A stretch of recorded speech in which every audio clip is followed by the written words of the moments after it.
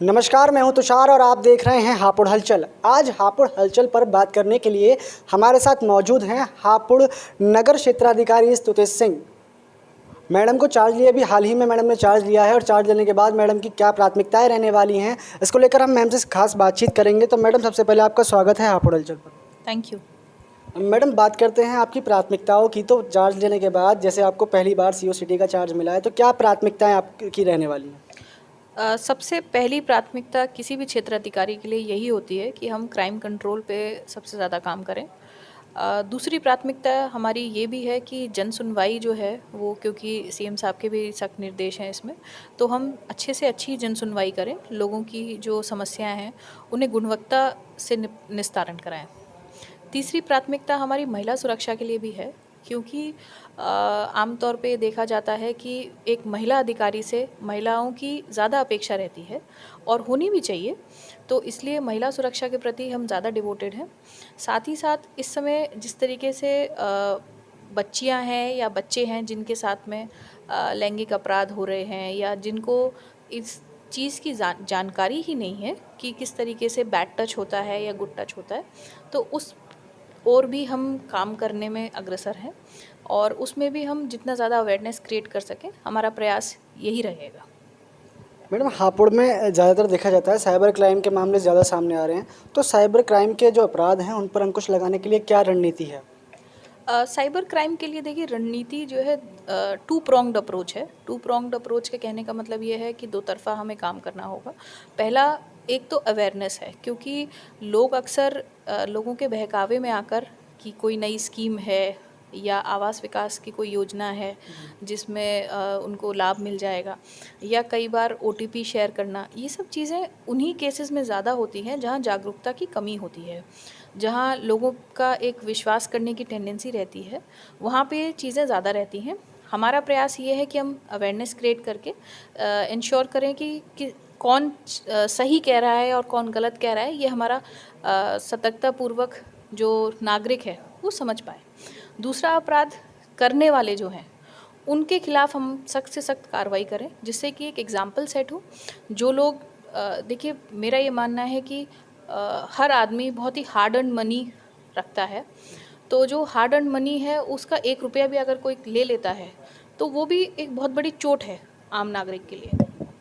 हमारे प्रयास यही रहेंगे कि जिनके पैसे अगर किसी भी साइबर फ्रॉड में जा चुके हैं तो उनकी 100% रिकवरी हो, और जो इसके लिए अपराधी हैं उनको सख्त से सख्त कार्रवाई करके हम एक सबक सिखाएं कि साइबर में जो है किसी का बेवकूफ़ बनाना या उनसे ठगी करना वो एक दंडनीय अपराध है।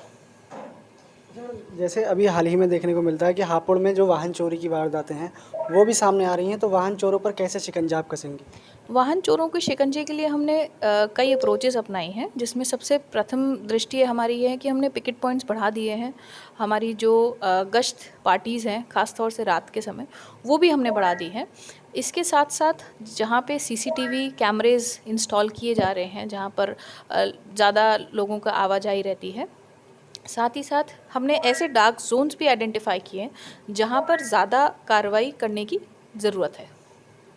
अच्छा मैडम, जैसे आप सीओ ट्रैफिक पे चार्ज पर भी रहीं, तो हापुड़ में एक मेन समस्या है जाम की। तहसील चौराहे से लेकर रतुआपुर की हम बात करें तो जाम की समस्या ज़्यादा सामने आती है।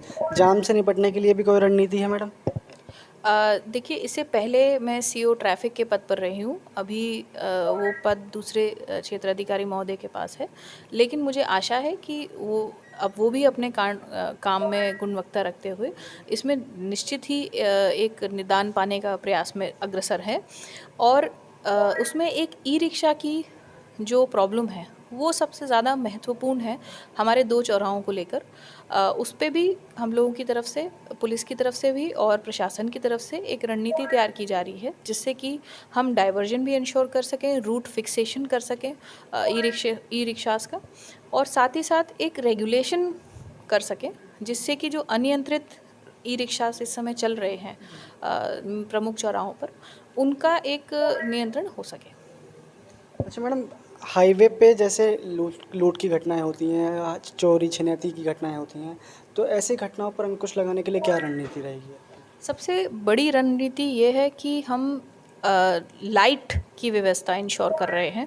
जहाँ भी हमारे डार्क जोन्स हैं, जहाँ पर इस तरीके की घटनाएं ज़्यादा प्रबल चांसेस हैं होने के या फिर होती आई हैं, या जहाँ पे सुनसान इलाके हैं, तो लाइट अपने आप में एक बहुत बड़ा डिटरेंस रखता है किसी भी चोर के ऊपर।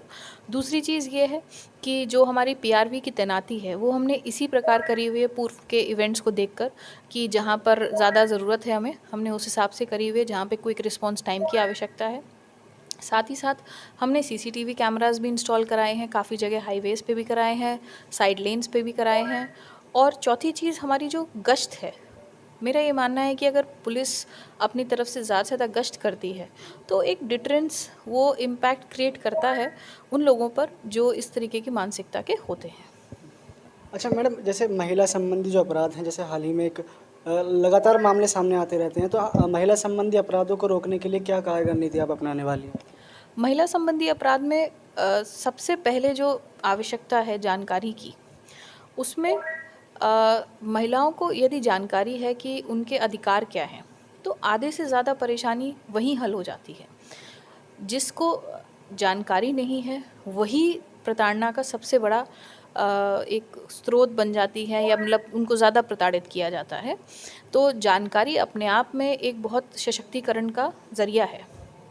दूसरी चीज़, जैसा कि हमने हमारे कप्तान साहब श्रीमान पुलिस अधीक्षक महोदय का एक विज़न है कि हम एक कैंप्स लगाएं जिसमें सेल्फ डिफेंस के लिए बच्चियों को और महिलाओं को प्रशिक्षण दिया जाए।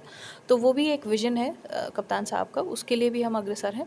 साथ ही साथ जो हमारी शक्ति दीदी की एक टीम है, जनपद स्तर से भी, थाने स्तर से भी, उसमें भी हम रेगुलरली गांव के विज़िट, स्कूल्स के विज़िट करवा रहे हैं, कॉलेजेस के विज़िट्स करवा रहे हैं, जिसमें उनके अधिकारों के बारे में, उनकी सूचनाओं के बारे में हम उन्हें बताते भी हैं, समझाते भी हैं। और यदि किसी की कोई इस तरीके की शिकायत है तो उसको भी फॉरवर्ड करके अपने थाने स्तर से, या किसी दरोगा स्तर से, या किसी एसएचओ के स्तर से, या हो सके तो सीओ के स्तर से उसको निस्तारित कराने का भी हम प्रयास कर रहे हैं।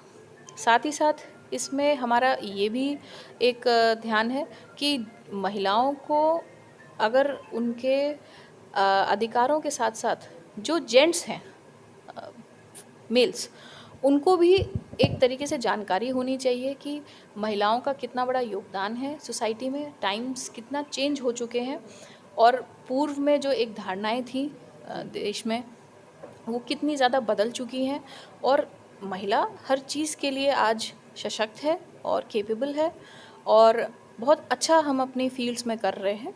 तो ये एक संदेश जनमानस तक पहुंचना बहुत ज़रूरी है।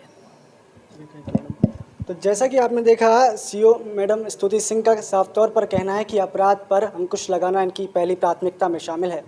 हापुड़ हलचल के लिए तुषार शर्मा।